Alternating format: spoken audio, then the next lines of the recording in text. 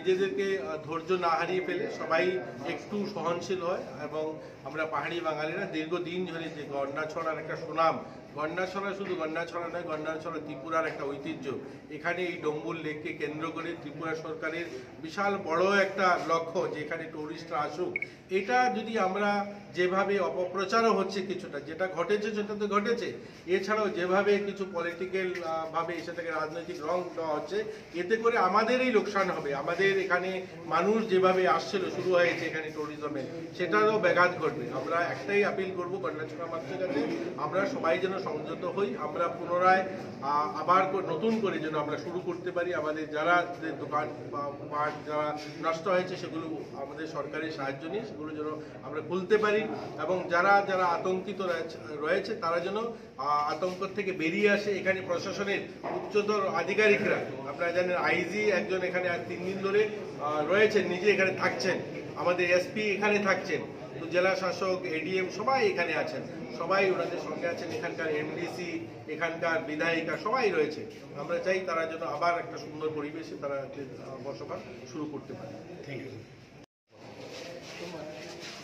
আজ পরিদর্শনে এসে কি স্যার, আজকে আপনাদের সফল এবং পরিদর্শনে দেখতে পাচ্ছেন না, তুমি আসার সময় আমরা বিক্ষোভ করছি, এই বিক্ষোভের ব্যাপারটা এবং আপনাদের পরিদর্শন উদ্দেশ্যটা কী ছিল, তারপরে এখন আমরা মিটিংয়ে কী সিদ্ধান্ত নিব দেখুন।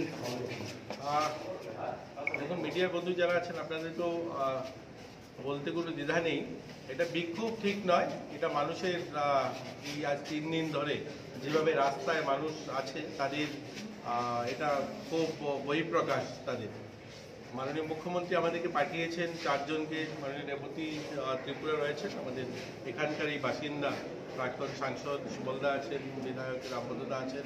আমরা এসেছি এখানকার মানুষের সমস্যা, মানুষ যেভাবে ঘর দুয়ার জ্বলে গেছে, মানুষ শরণার্থী শিবিরে আছেন, ক্যাম্পে যেভাবে আছেন, ওই ক্যাম্পগুলো পরিদর্শন করতে। তো তাদের সঙ্গে কথা হয়েছে দীর্ঘক্ষণ, আমরা এখানে তাদের প্রতিনিধি যারা ছিল তাদের সঙ্গে কথা হয়েছে এবং তাদেরকে খুব তাড়াতাড়ি, দেখুন যেগুলো ঘটে গিয়েছে সেটার তো আর ফিরিয়ে দেওয়া সম্ভব নয়। যে বাড়িতে গাভী জ্বলে গিয়েছে সেই গাভী তো আর ফিরিয়ে দেওয়া সম্ভব নয়, কিন্তু তারা যেন পুনরায় দাঁড়াতে পারে, পুনরায় তাদের বাড়িতে বসবাস শুরু করতে পারে, তার যা যা প্রয়োজনীয় ব্যবস্থা সরকার সেটা নেবে। মাননীয় মুখ্যমন্ত্রী নির্দেশ দিয়েছেন, কালকেও এখানকার জেলা শাসক এসছেন, দেখেছেন, রেভিনিউ ডিপার্টমেন্টের এরা অ্যাসেসমেন্ট করছেন।